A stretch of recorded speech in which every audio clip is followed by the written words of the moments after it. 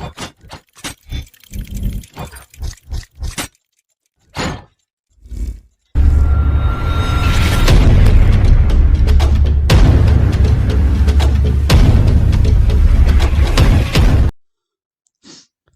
welcome back guys, this is Arhan Safi and you are watching the channel Pharma World। तो सबसे पहले जो हमने इंट्रोडक्टरी पार्ट जो है कंप्लीट कर चुके हैं और उसके बाद फिर हम सेल स्ट्रक्चर के बारे में डिटेल स्टडी कर रहे थे। तो हमने लास्ट टॉपिक क्या किया था, फिल्ट्रेशन किया था। अब उसके बाद क्या है, आगे कंटिन्यू करते हैं। और आज जो है तुम्हारा ये सेल वाला जो है सेल वाला जो चैप्टर है खत्म हो जाएगा, यानी कि सेल स्ट्रक्चर की स्टडी आज के लेक्चर में खत्म हो जाएगी। तो आज मेनली फोकस रहेगा अपना किस पे, सेल साइकिल पे। मेनली फोकस रहेगा किस पे, सेल साइकिल पे। ठीक है ना। तो ये बहुत इंपॉर्टेंट टॉपिक है, इसको जो है अच्छे से समझना है। ठीक है ना। तो बात करते हैं सेल साइकिल की। पहली बात तो एक सेल साइकिल होती क्या है, यानी कि एक कोशिका का पूरा जीवन काल, एक सेल की साइकिल का मतलब समझना है। तो सेल साइकिल के अंदर दो चीजें मेनली होती है। कोई भी एक सेल है, मान लो ये सेल है, तो ये सेल सबसे पहले क्या करती है, ग्रो करती है। क्या करती है, ग्रो करती है, यानी अपने अंदर का जो प्रोटोप्लाज्म है उसको इंक्रीज करती है। अब जब ये सेल ग्रो करेगी तो इसकी जो बगल वाली सेल है, इसकी बगल वाली सेल क्या होगी, दबने लग जाएगी। तो ऐसा तो पॉसिबल है नहीं, इसीलिए ये सेल क्या करती है, अपने आप को डिवाइड कर देती है दो सेल्स में। अपने आप को डिवाइड कर देती है किस में, दो सेल्स में।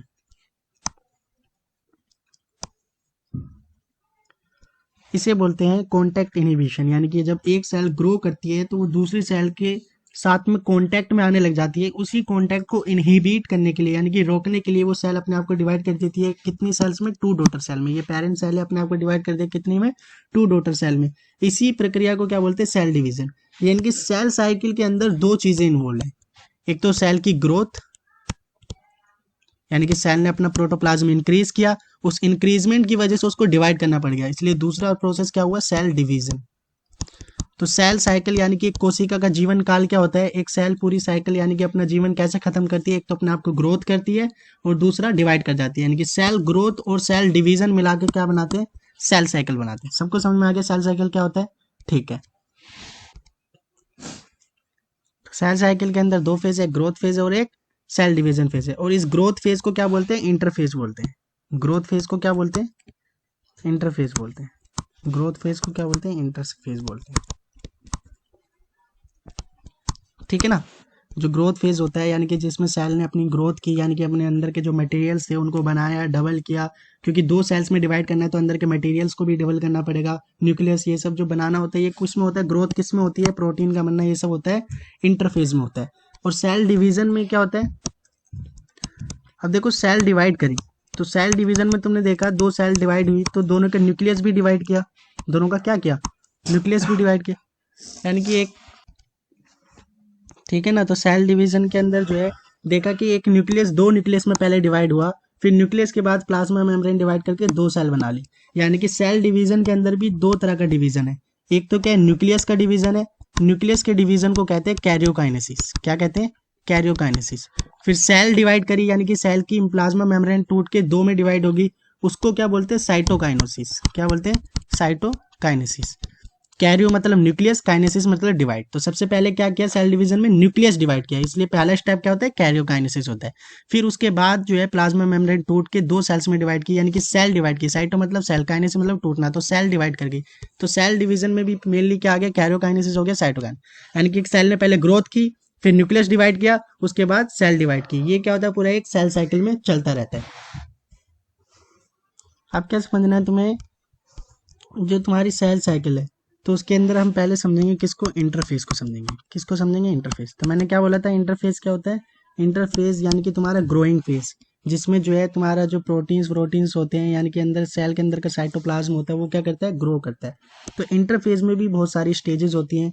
मेनली तुम्हारे तीन स्टेज होती है। कितनी स्टेज होती है, तीन स्टेज। पहली होती है G1 स्टेज, दूसरी होती है S स्टेज, तीसरी होती है G2।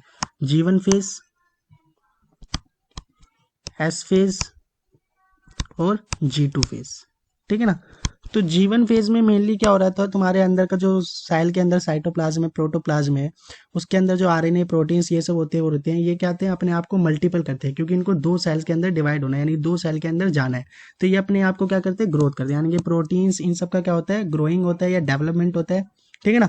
और एस फेज जो है तुम्हारा बहुत इंपॉर्टेंट है, क्योंकि एस फेज में क्या करता है, डीएनए डबल होता है। क्या होता है, डीएनए रेप्लिकेशन होता है। क्या होता है, डीएनए रेप्लिकेशन होता है।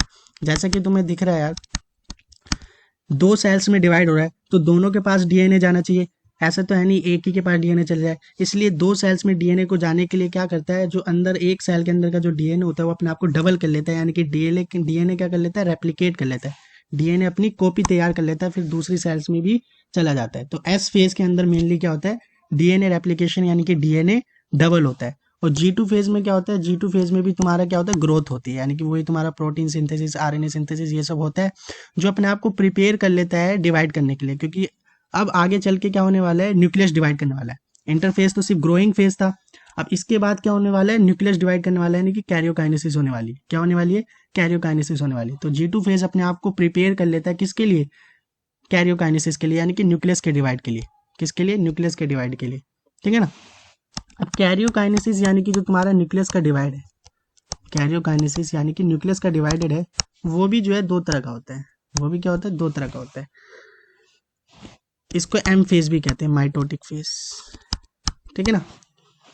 अब ये दो तरह का हो सकता है कैरियोकाइनेसिस, हो सकता है वो न्यूक्लियस माइटोटिकली डिवाइड करे, एक होती है माइटोसिस और एक होती है मियोसिस। इसको जो है समझना है, एक होती है माइटोसिस, एक होती है मियोसिस, ठीक है ना।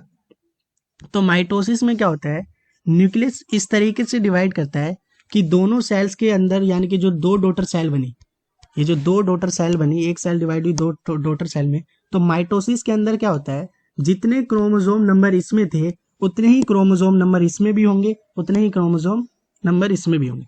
इसलिए माइटोसिस डिवीजन को क्या बोलते हैं, इक्वेशनल डिवीजन बोलते हैं, क्योंकि क्रोमोसोम का नंबर पेरेंट सेल और डॉटर सेल में क्या होता है, सेम होता है। वही मियोसिस क्या होती है तुम्हारी, मियोसिस को इक्वेशनल डिवीजन नहीं बोल सकते, क्योंकि मियोसिस क्या है, रिडक्शनल डिवीजन है। रिडक्शनल डिवीजन क्यों बोल रहे हैं, क्योंकि जितने नंबर ऑफ क्रोमोसोम तुम्हारे पेरेंट सेल में होंगे उसके आधे आधे क्या हो जाते हैं, डॉटर सेल में क्रोमोसोम नंबर डिवाइड हो जाते हैं।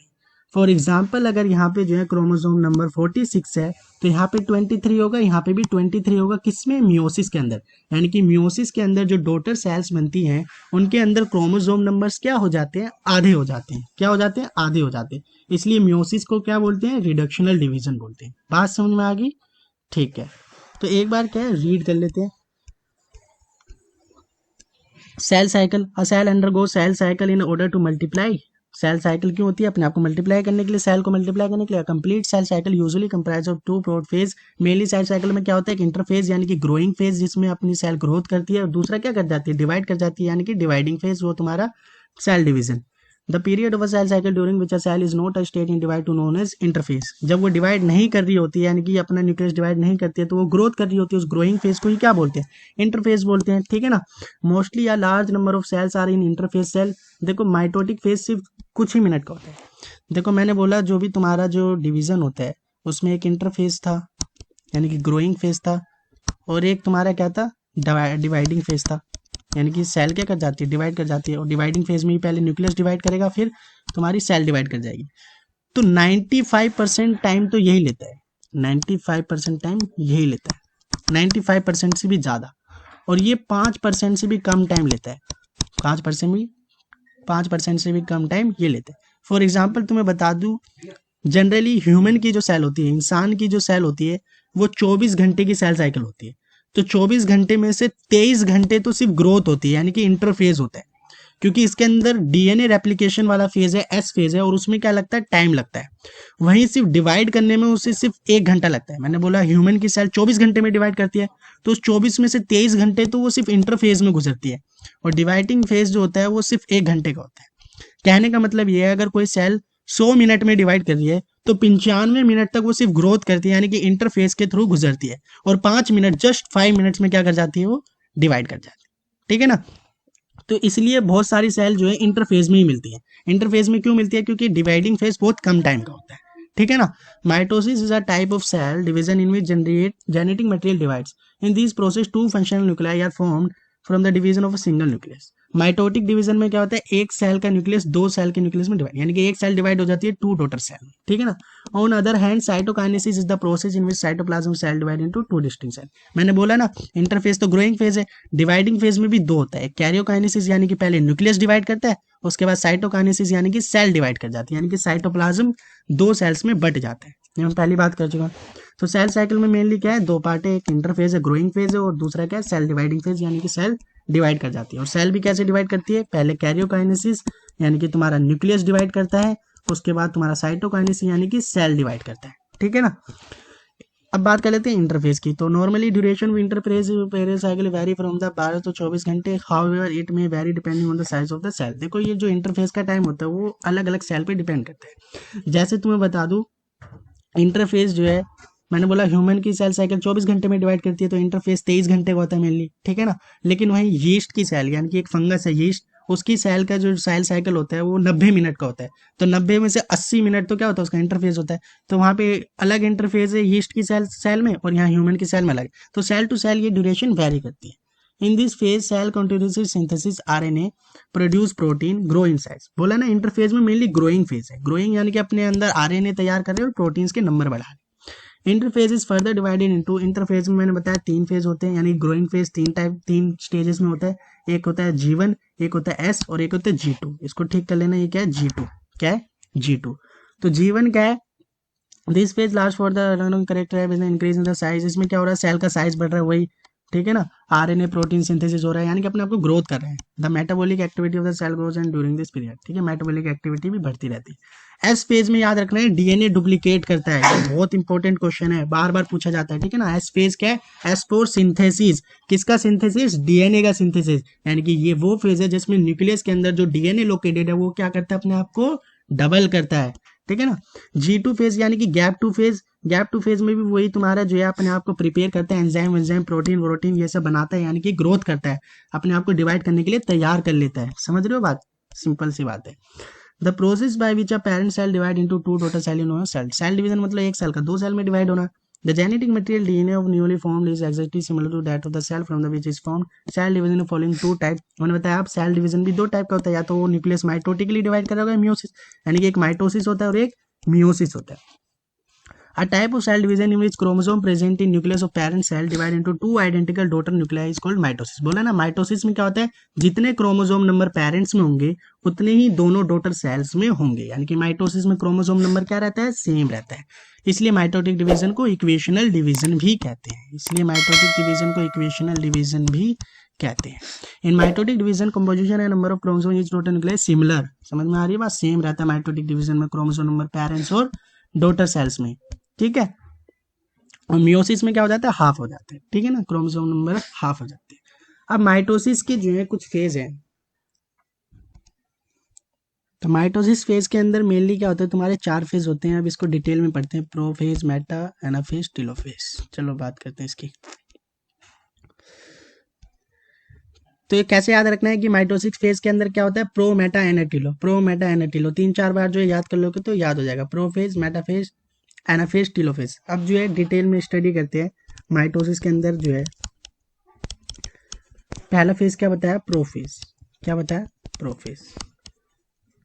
प्रोफेज के अंदर क्या होता है, ये तुम्हारी मान लो सेल है और इसके अंदर जो है ये न्यूक्लियस है, ये इसके अंदर क्या है, न्यूक्लियस है। और न्यूक्लियस के अंदर क्या होता है, क्रोमेटिन फाइबर यानी क्रोमेटिन मटेरियल। क्या होता है, क्रोमेटिन मटेरियल, हम बात कर चुके हैं। और इन क्रोमेटिन मटेरियल के अंदर ही क्या होता है, डीएनए होता है। तो प्रोफेज के अंदर क्या होता है, न्यूक्लियस के अंदर जितना भी क्रोमेटिन मटेरियल है, यानी कि क्रोमेटिन के फाइबर है, यानी कि जो धागे हैं, वो अपने आप को क्या करने लग जाते हैं, कंडेंस करने लग जाते हैं। क्या करने लग जाते हैं, कंडेंस।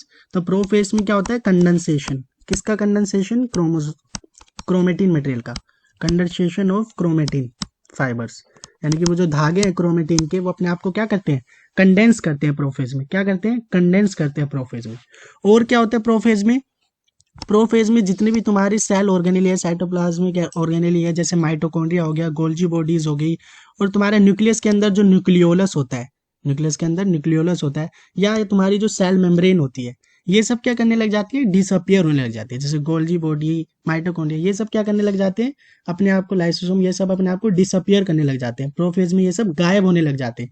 और जो तुम्हारा न्यूक्लियोलस है, न्यूक्लियस के अंदर, वो भी गायब होने लग जाता है। और सेल मेम्ब्रेन टूटने लग जाती है। सेल मेम्ब्रेन क्या होने लग जाती है, क्रैक होने लग जाती है। सेल मेम्ब्रेन क्या होने लग जाती है, क्रैक, यानी कि जगह जगह से अपने आप को तोड़ने लग जाती है। तो सेल मेम्ब्रेन क्या हो जाती है, क्रैक होने लग जाती है। सेल मेम्ब्रेन क्या होने लगती है, टूटने लग जाती है। ये किसके अंदर हो रहा है, प्रोफेज के अंदर हो रहा है। किसके अंदर हो रहा है, प्रोफेज के अंदर। तो प्रोफेज के अंदर जब कंडेंसेशन होता है तो ये क्रोमेटिन फाइबर कंडेंस होकर किस में कन्वर्ट होने लग जाते हैं, क्रोमोसोम में कंडेंस होने लग जाते हैं। किस में कंडेंस होने लग जाते हैं, क्रोमोसोम में कंडेंस होने लग जाते हैं। किस में कंडेंस होने लग जाते हैं, क्रोमोसोम। अब देखो एक क्रोमोसोम के स्ट्रक्चर को समझना। ये जो बीच में है इसे क्या बोलते हैं, सेंट्रोमियर बोलते हैं। बीच में जो है इसे क्या बोलते हैं, सेंट्रोमियर। एक बड़ा स्ट्रक्चर बना लेते हैं क्रोमोसोम का।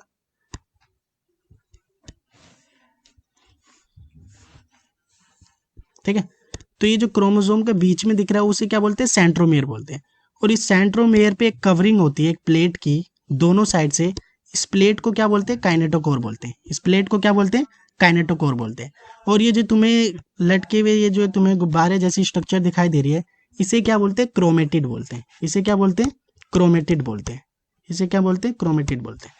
तो इस क्रोमेटिड का बगल वाला क्रोमेटिड क्या कहलाता है, सिस्टर क्रोमेटिड कहलाता है। क्या कहलाता है, सिस्टर क्रोमेटिड, यानी कि बिल्कुल बहन वाला प्यार, इन दोनों के बिल्कुल पास पास में, इसलिए इनको क्या बोलते हैं, सिस्टर क्रोमेटिड बोलते हैं। ऐसी इसका सिस्टर क्रोमेटिड कौन है, ये है। ठीक है ना। तो देखो ये दो मैंने इसलिए बनाए क्योंकि एस फेज में डीएनए क्या हो गया था, डबल हो गया था। एस फेज में क्या हो गया था, डीएनए डबल हो गया था। यानी कि यहाँ पे अगर एक डीएनए तो एक डीएनए यहाँ पे, यानी कि इस क्रोमोसोम के अंदर डबल डीएनए। क्यों डबल डीएनए, क्योंकि जब ये सेल इंटरफेज से आई थी तो एस फेज में अपना डीएनए डबल करके लाई थी। यानी कि इसके अंदर जितने भी क्रोमोसोम होंगे उनके पास डबल डीएनए होगा। क्या होगा, डबल डीएनए होगा। और बात समझ में आ गई। बीच वाले पार्ट को क्या बोलते हैं, सेंट्रोमियर बोलते हैं। उसके बाहर जो प्लेट होती है उसे काइनेटोकोर बोलते हैं। और जो ये तुम्हारा जो गुब्बारे लाइक संरचना देख रही है उसे क्या बोलते हैं, क्रोमेटिड बोलते हैं। बगल वाले क्रोमेटिड को क्या बोलते हैं, सिस्टर क्रोमेटिड बोलते हैं। और यही अगर दूसरे क्रोमोसोम से कंपेयर किया जाए, तो इसका क्रोमेटिड सिस्टर क्रोमेटिड नहीं है। इन दोनों को क्या बोलते हैं, नॉन सिस्टर क्रोमेटिड बोलते हैं। ठीक है ना, बगल वाला सिस्टर क्रोमेटिड है और दूसरे क्रोमोसोम के साथ कंपेयर करेंगे तो नॉन सिस्टर क्रोमेटिड है। बात समझ में आ गई। ठीक है, तो प्रोफेज के अंदर क्या होने लग गया, मेम्ब्रेन टूटने लग गई, बाकी जितने भी सेल ऑर्गेनेल है वो डिसअपियर होने लग गए। और जो तुम्हारे न्यूक्लियस के अंदर क्रोमेटिन फाइबर था वो कंडेंस होकर किस में कन्वर्ट होने लग गए, क्रोमोसोम्स में कन्वर्ट होने लगे। किस में कन्वर्ट होने लग गए, क्रोमोसोम। और मैंने एक क्रोमोसोम का स्ट्रक्चर तुम्हें समझा दिया। ठीक है ना। और एक क्रोमोसोम स्ट्रक्चर के अंदर तुम्हें ये भी समझ में आ गया, डीएनए क्या है, डबल है। डीएनए क्या है, डबल है। डबल डीएनए क्यों है, क्योंकि ये एस फेज से आके है। और एस फेज में, सिंथेटिक फेज में क्या हुआ था, डीएनए रेप्लिकेट किया था, डीएनए की कॉपी तैयार की थी। आई होप सबको प्रोफेज समझ में आ गया। अब दूसरा फेज क्या होता है, मेटाफेज। दूसरा फेज क्या होता है, मेटाफेज। अब ये जो तुम्हारा क्रोमेटिन कंडेंस होकर क्रोमोसोम में कन्वर्ट हुआ था वो क्या होगा, मेमोरी थी। ठीक है ना। तो वो क्रोमोसोम क्या करेंगे, अब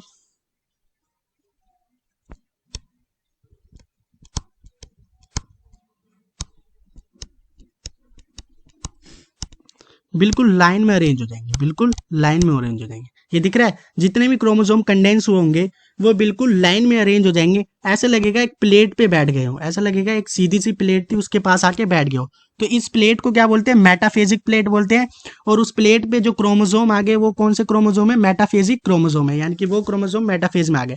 और मेटाफेज में भी याद रखना कंडेंसेशन चलता रहता है, यानी क्रोमोसोम और ज्यादा, यानी कि वो धागे अपने आप को लपेट रहे होते हैं और अच्छे से कंडेंस होकर बिल्कुल क्रोमोसोम की तरह दिखाई देने लग जाते हैं, यानी कि क्रोमेटिड स्ट्रक्चर दिखाई देने लग जाता है। तो मेटाफेज में क्या करते हैं, बिल्कुल लाइन से अरेंज हो जाते हैं। कैसे अरेंज हो जाते हैं, लाइन से अरेंज हो जाते हैं। फिर जो तुम्हारे साइड में होता है, सेंट्रियोल होता है। क्या होता है, सेंट्रियोल।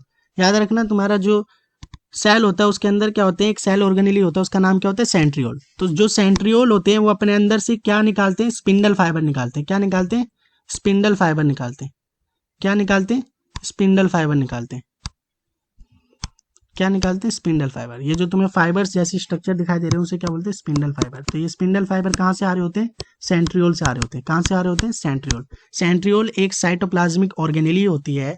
वो अपने अंदर से, ये तुम्हारा सेंट्रियोल है, वो अपने अंदर से क्या निकाल रहे होते हैं, कुछ धागे निकाल रहे होते हैं, फाइबर्स निकाल रहे होते हैं। उन्हें क्या बोलते हैं, स्पिंडल फाइबर्स बोलते हैं। क्या बोलते हैं, स्पिंडल फाइबर।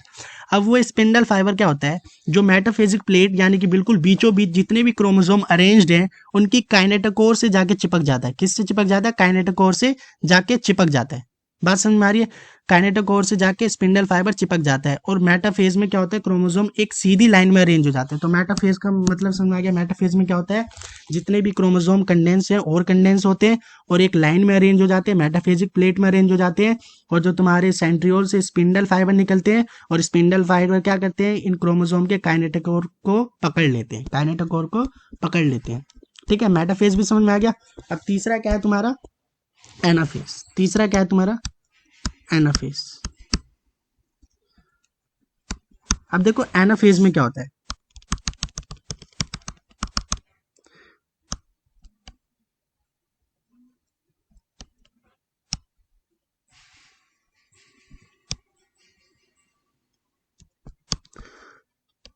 तो जो स्पिंडल फाइबर जो है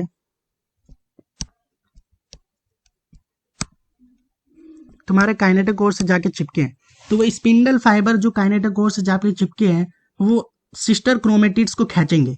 यानी कि होगा क्या, एक सिस्टर क्रोमेटिड जो है इधर ट्रांसफर होने की कोशिश करेगा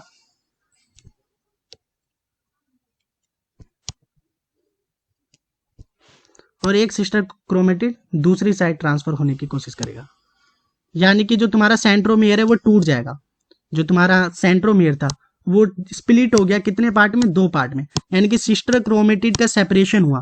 किसके अंदर हुआ? एनाफेज के अंदर। एनाफेज के अंदर क्या होता है, एनाफेज के अंदर जो तुम्हारे क्रोमोसोम थे वो सेपरेट हो गए। यानी कि जो तुम्हारे सिस्टर क्रोमेटिड थे वो सेपरेट हो गए। एक सिस्टर क्रोमेटिड एक राइट साइड चला गया, दूसरा वाला सिस्टर क्रोमेटिड लेफ्ट साइड चला गया।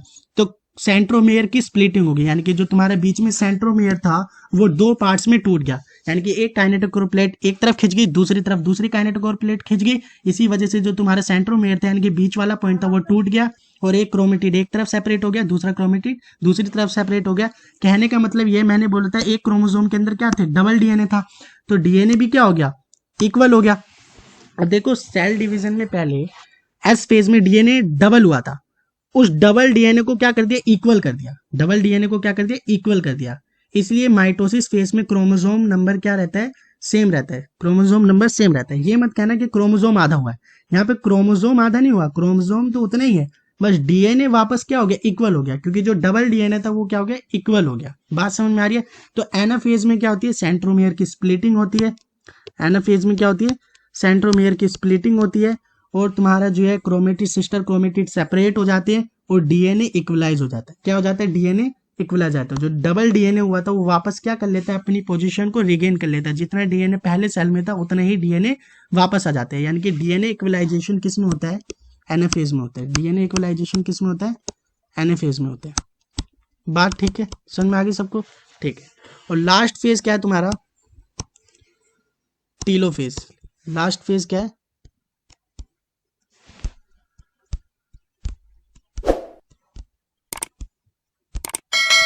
टीलोफेज। लास्ट फेज क्या है, टीलोफेज।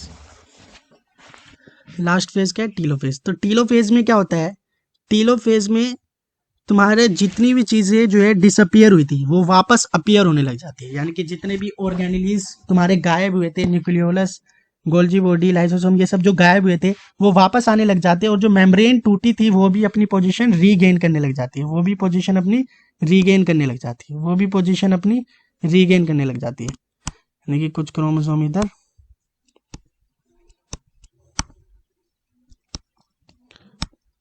और जो भी तुम्हारे जो है सेल ऑर्गेनेली डिसअपियर हुए थे वो क्या करने लग जाते हैं, रीअपियर करने लग जाते हैं। और जो तुम्हारी मेम्ब्रेन टूटी हुई थी वो भी क्या हो जाती है, वापस बन जाती है। तो ये किस में होता है, टीलोफेज में। यानी कि प्रोफेज का जस्ट उल्टा, प्रोफेज का जस्ट उल्टा, प्रोफेज का जस्ट उल्टा। अब ये क्रोमोसोम भी अपने आप को किस में कन्वर्ट करने लग जाते हैं, क्रोमेटिन फाइबर में। यानी कि प्रोफेज में जो हो रहा था उसका उल्टा हो जाता है। प्रोफेज में क्या हो रहा था, कंडेंसेशन हो रहा था क्रोमेटिन फाइबर का, लेकिन यहाँ पे क्या हो जाएगा, डीकंडेंसेशन होने लग जाएगा। क्या होने लग जाएगा, डीकंडेंसेशन होने लग जाएगा। यानी वापस क्रोमोसोम टूटने लग जाएंगे, किस में, धागों में, क्रोमेटिन फाइबर में। और जो मेम्ब्रेन टूटी थी वो वापस मेम्ब्रेन बन जाएगी और जो जो चीज गायब हुई थी वो वापस आने लग जाएगी। यानी प्रोफेज का जस्ट उल्टा क्या हो जाता है, टीलोफेज हो जाता है। ठीक है ना। अब ये क्या था, कैरियोकाइनेसिस, यानी कि न्यूक्लियस का डिवाइड। ये जितनी भी चीजें हमने पढ़ी, ये जो करा वो न्यूक्लियस के अंदर पढ़ा। और फिर मैंने फाइनली क्या बोला था, कैरियोकाइनेसिस यानी कि न्यूक्लियस के डिवाइड होने के बाद क्या होगा, साइटोकाइनेसिस यानी कि तुम्हारी सेल डिवाइड होगी। साइटोकाइनेसिस यानी कि तुम्हारी सेल डिवाइड होगी। तो होता है क्या है, ये प्लाज्मा मेम्ब्रेन तुम्हारी लचीली होती है, ये प्लाज्मा मेम्ब्रेन तुम्हारी लचीली होती है। तो ये प्लाज्मा मेम्ब्रेन क्या करती है, इधर से भी स्प्लिट हो जाती है, इधर से भी स्प्लिट हो जाती है, और इधर क्या होने लग जाती है, चिपकने लग जाती है। तो ये मेम्ब्रेन भी गायब हो जाती है। समझ में आ रही है बात? कहने का मतलब ये है, मेम्ब्रेन यहाँ से और यहाँ से क्या करेगी, अपने आप को तोड़ के दो सेल्स में डिवाइड हो जाएंगी। इसी को क्या बोलते हैं, साइटोकाइनेसिस यानी कि साइटोप्लाज्म का डिवीजन। यानी कि यहाँ का साइटोप्लाज्म अलग हो गया, यहाँ का साइटोप्लाज्म अलग हो गया, और दो नई सेल्स बन गई।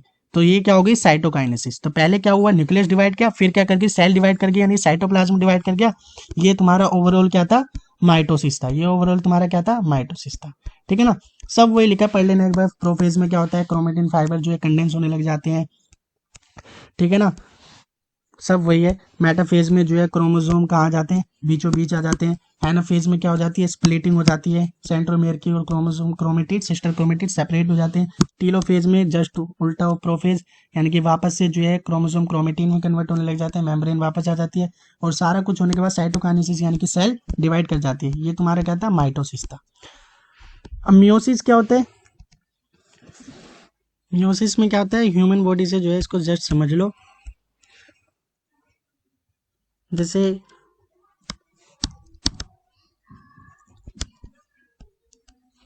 मेल पार्टनर से क्या आता है, स्पर्म आता है, फीमेल पार्टनर से क्या आता है, ओवम आता है।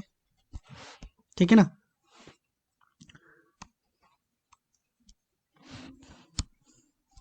जो मेल पार्टनर यानी कि जो फादर है, उसके पास कितने क्रोमोसोम होते हैं, टोटल 46। कितने क्रोमोसोम होते हैं, 46। ऐसी फीमेल जो पार्टनर होता है, उसके पास कितने क्रोमोसोम होते हैं, 46। तो मान लो अगर स्पर्म में भी अगर जो है, यानी कि मेल की जो जर्म सेल है उसमें भी 46 क्रोमोसोम हो, और फीमेल जो है उसमें भी 46 क्रोमोसोम हो, और जब स्पर्म ओवम के साथ फर्टिलाइज करेगा तो क्या बनाएगा, जाइगोट। तो 46 क्रोमोसोम इधर से आएंगे, 46 इधर से आएंगे, तो कितने हो जाएंगे, 92, जो कि पॉसिबल नहीं है। इसीलिए मेल जर्म सेल और फीमेल जर्म सेल यानी स्पर्म और ओवम में क्या करना पड़ता है, क्रोमोसोम नंबर आधे करने पड़ते हैं। क्रोमोसोम नंबर आधे करने पड़ते हैं, यानी कि 46 है तो स्पर्म में कितने आते हैं, 43 क्रोमोसोम, यानी कि क्रोमोसोम नंबर क्या करने पड़ रहे हैं, आधे पड़ रहे हैं। तो क्रोमोसोम नंबर आधे तो माइटोसिस नहीं कर सकता, क्योंकि माइटोसिस में क्या होता है, क्रोमोसोम नंबर का जो है सेम रहता है। लेकिन एक प्रोसेस होती है मियोसिस, जिसमें क्रोमोसोम नंबर आधे किए जा सकते हैं। तो मियोसिस स्पेशल प्रोसेस है जिसमें क्रोमोसोम नंबर क्या हो जाते हैं, आधे हो जाते हैं। तो अब 23 मिलके जाइगोट बनाएंगे, कितने का, 46 का। कितने का, 46 का। यानी कि अब जो इंडिविजुअल है ये डिवाइड करेगा, एम्ब्रियो बनाएगा, बेबी का डेवलपमेंट होगा, जो भी इंडिविजुअल जो बनेगा, जो इंडिविजुअल बनेगा उसके पास भी क्रोमोसोम नंबर क्या हो गए, 46 हो गए। बात समझ में आई? यानी कि पहले क्या हुए, क्रोमोसोम नंबर आधे हुए, और फर्टिलाइजेशन ने क्रोमोसोम नंबर को क्या कर दिया, वापस इक्वलाइज कर दिया। तो मियोसिस और फर्टिलाइजेशन मिलके क्या कराते हैं, मियोसिस और फर्टिलाइजेशन मिलके क्या बनाते हैं, मियोसिस प्लस फर्टिलाइजेशन। क्योंकि मियोसिस ने क्रोमोसोम नंबर आधे किए, और फर्टिलाइजेशन ने वापस वही क्रोमोसोम नंबर क्या कर दिए, मेंटेन कर दिए। यही एक क्या करते हैं, न्यू जनरेशन को मेंटेन करते हैं। यही दोनों मिलके क्या करते हैं, न्यू जनरेशन को मेंटेन करते हैं। तो मियोसिस माइटोसिस से कैसे अलग है, माइटोसिस में क्रोमोसोम नंबर सेम रहते हैं और क्रोमोसोम नंबर आधे हो जाते हैं मियोसिस में। और मियोसिस में क्या आती है, वेरिएशन भी आती है, क्योंकि क्रोमोसोम नंबर जो है मेल पार्टनर से भी आता है, फीमेल पार्टनर भी से आता है, और बहुत सारी प्रोसेस होती है जिसकी वजह से जो है वेरिएशन आती है। तो कैसे याद रखना है, मियोसिस एक वो सेल डिवीजन है जिसमें जर्म सेल तुम्हारा एक मेल में, स्पर्म फीमेल में। During meiosis the quantity of genetic material in each cell is decrease. वही क्रोमोसोम नंबर क्या हो जाता है, आधा हो जाता है। माइटोसिस में ऐसा नहीं होता है। Testis produce sperm, ovary produce ovum. In meiosis 2 cell division produce 4 daughter cell. और वहां पे क्या आता है, एक सेल से 2 सेल बनती है, लेकिन म्योसिस में एक सेल से कितनी सेल बनती है, 4 सेल बनती है। एक सेल से कितनी सेल बनती है, 4 सेल बनती है। Each cell division produce 4 daughter cell. एक सेल से 4 डॉटर सेल बनती है। Each daughter nuclei comprise of half the genetic material, यानी कि क्रोमोसोम नंबर हाफ हो जाता है। Half chromosome number, chromosome number क्या हो जाता है, आधा हो जाता है। इसलिए मियोसिस को क्या बोलते हैं, इसलिए मियोसिस को क्या बोलते हैं, इसलिए मियोसिस को क्या बोलते हैं, तुम्हारा रिडक्शनल डिवीजन, क्योंकि इसमें क्रोमोसोम नंबर आधा हो जाता है। ठीक है ना, बात समझ में आ गई? तो यहाँ पे जो है तुम्हारी क्लास को खत्म करते हैं। अब ये तुम्हारा सेल वाला जो है चैप्टर ये भी खत्म हो गया। अब जो है लास्ट चैप्टर बच रहा है, कौन सा वाला, एक यूनिट 1 का लास्ट चैप्टर, टिश्यू ऑर्गेनाइजेशन। तो अगली क्लास में जो है एक नए चैप्टर के साथ जो है यूनिट 1 में ही कंटिन्यू करेंगे टिश्यू ऑर्गेनाइजेशन। तब तक के लिए सब कुछ जो है रिवाइज कर लो और पढ़ लो।